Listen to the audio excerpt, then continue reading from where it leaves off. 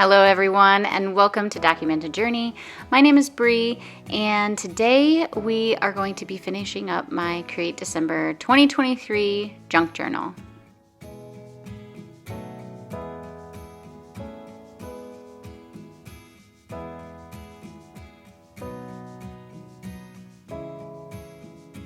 I'm just trying to figure out where I'm at with my junk journal. I work on this in kind of like bulk. I do a few pages at a time. And so today I'm going to be working on day 26 through the 1st of January. So the first one that I actually ended up doing was Whispered Secrets and Stars. I went ahead and used the backing of the other page so that way I could just add some stars to that bike picture, and I classified that as Whispered Secrets and Stars. And then I moved on, and I'm doing some hand lettering on this one. This one is bundled up in hot chocolate, so I just wrote hot chocolate right there, and I had already pasted that down, so it was pretty easy.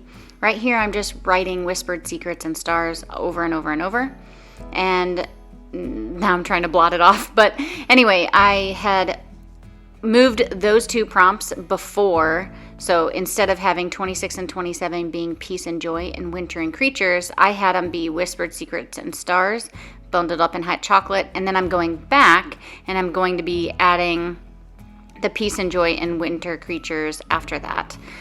Like I said, there are no rules, you see, even though this was confusing for me to explain. There just are no rules. So if something just doesn't fit when you want it, or when I have set it up, or Heather, the prompts that we have chosen for that day, if it doesn't work for you, you change it, like I just did. So regardless, I move on, and I've skipped a few pages because I'm going to be sketching on those. But for this page, I'm doing goals and dreams, and so I just wanted to create a bit of a header so that way I could make a journaling spot.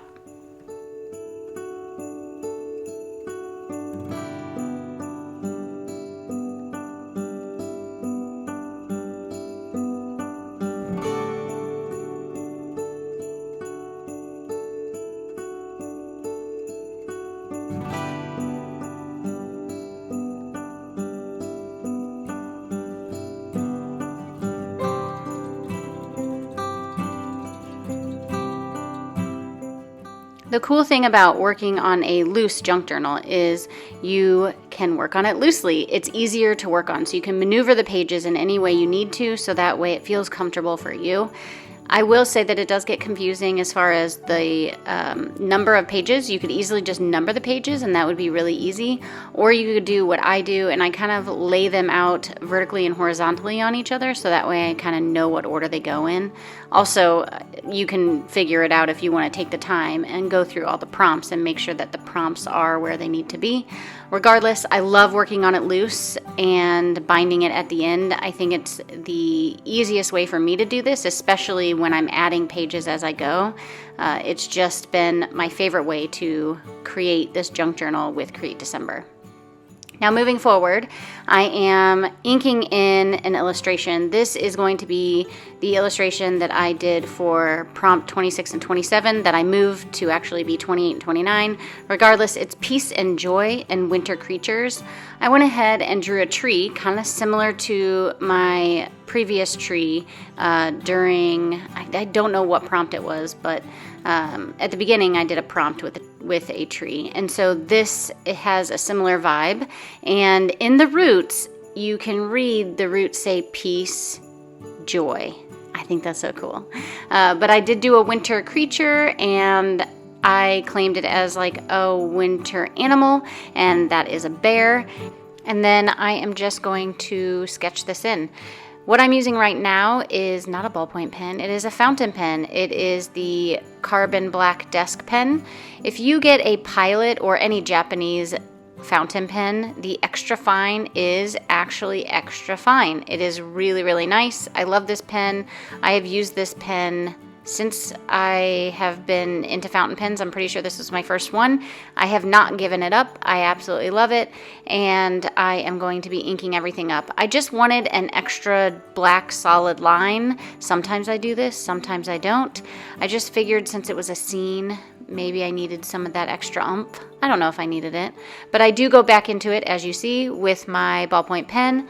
This is a Bolograph. I get them from Jet Pens. I love them because they are archival. They are my favorite. They're extra dry, which I enjoy, and they don't like have those weird globbies on the end of the ballpoint area, and you have to wipe it on a towel. Like, that doesn't happen often with these. Regardless, I finish inking it all up, and then I move in with watercolor.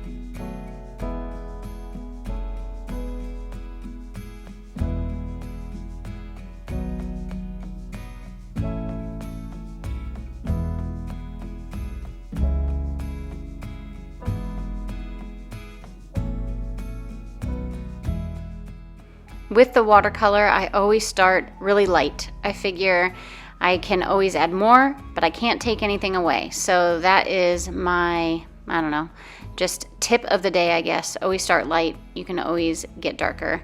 And that's what I do here. I start by adding in all the browns. I go back and I finish up the area. And then once I'm completely done, I take that background color that I'll add into it and I put it into every single shadow. I do that so that way it ties the whole piece together, because I felt like it was kind of lacking a little bit, and I just wanted to make sure that it just all made sense. And so I took that purple color that I'm creating now. It's almost like a moon glow color, but I didn't use moon glow. I kind of created my own. And that's the background color, and then that is what I used for the shadows too. I am a huge fan of purple shadows. Some people like blue. I prefer purple, and so that's why I did this. Now, like I said, if you prefer a different color shadow, you can easily do that. But I think that when you add the values of the piece, so meaning my darkest part of the piece was the sky, if I add that to the darkest part of the bear, the darkest part of the tree, it just creates this cohesiveness that you wouldn't necessarily have otherwise.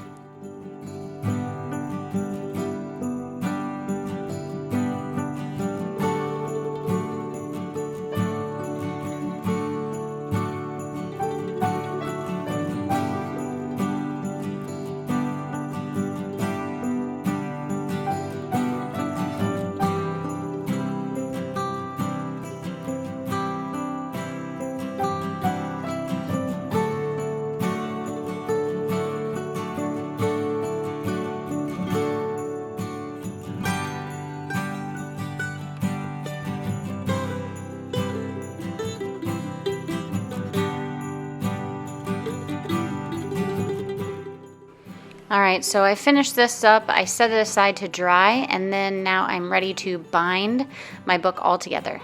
All the pages are set, and so I am going to need an owl.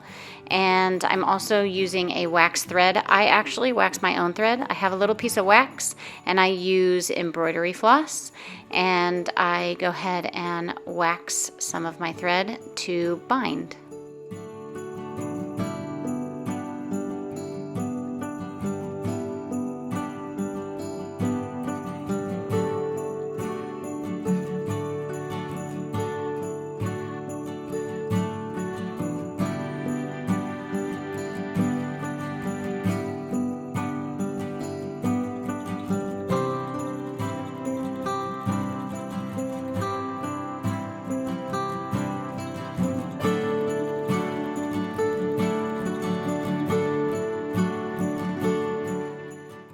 So my next step is to find the middle, and then I'm going to decide how many holes I want to poke. My first hole always goes in the center of the binding.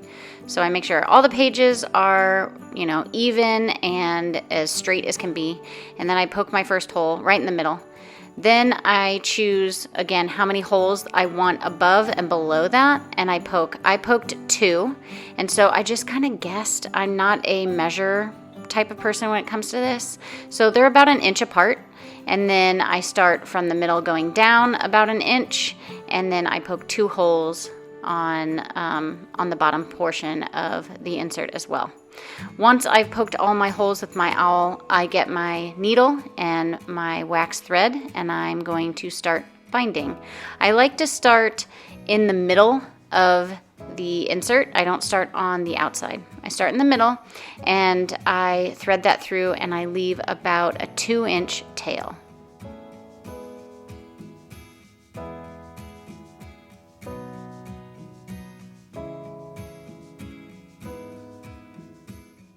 I've left that tail there so that way I can tie the binding at the end.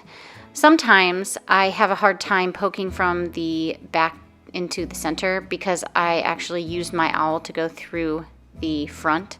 So I want to make sure that my hole actually works. So I weave in and out. I go out, like I poked through towards the outside, and then my next one I'm going to poke towards the inside, and then my next one I'm going to poke towards the outside, and then I wrap it around, and I just make a continuous line the whole time.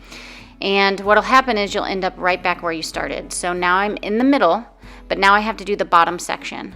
So I'm pulling it to go towards the bottom and making sure that my tail stays there. Sometimes, like I said, I can't get it in this way because I'm used to how I started poking the hole was from the inside out. So I have to kind of finagle it in a way that moves the pages around, so that way I poke through that hole instead of poking and creating a new hole. So I just take my time and I do it. I again am trying again towards the center. That's not the way I need to go, but once I get it, I can easily poke it through because the pages are all aligned then. So then I finish by going to the bottom. I wiggle my needle like that because this also wiggles the pages. I don't want to create a new hole. I want to use the hole that the owl poked. And I don't like to poke the owl all the way through and create these big old holes because I don't like to see that. I like my holes to be thin and narrow. When I'm at the end, I wanted to kind of make my tails even. So what I did is I kind of loosened and pulled all the way up to make one end tighter and one end looser, and then I end up tying my knot.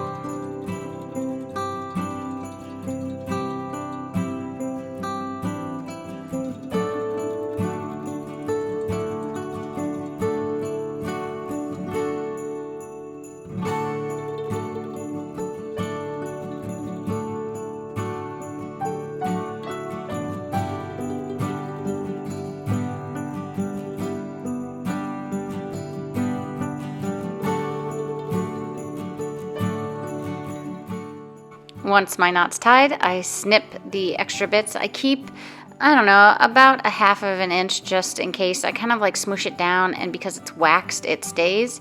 And then my junk journal is bound.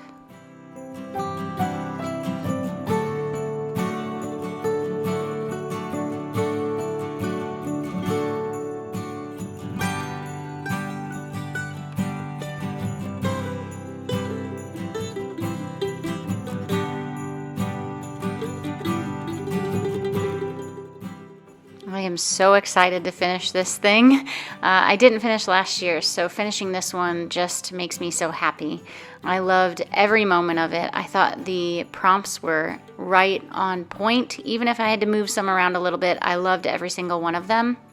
And this notebook is so chunky. I love it. So here is the finished flip. I hope you all enjoyed watching me make and create this Create December journal. And I really hope that next year you will think about participating if you chose not to this year or found me late or whatever the case may be.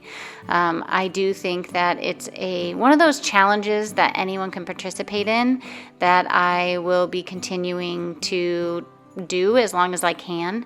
So if you did Create December, give yourself a big old pat on the back and leave me a comment below saying I finished, and maybe like, I don't know, a congratulations kind of emoji. That would be cool.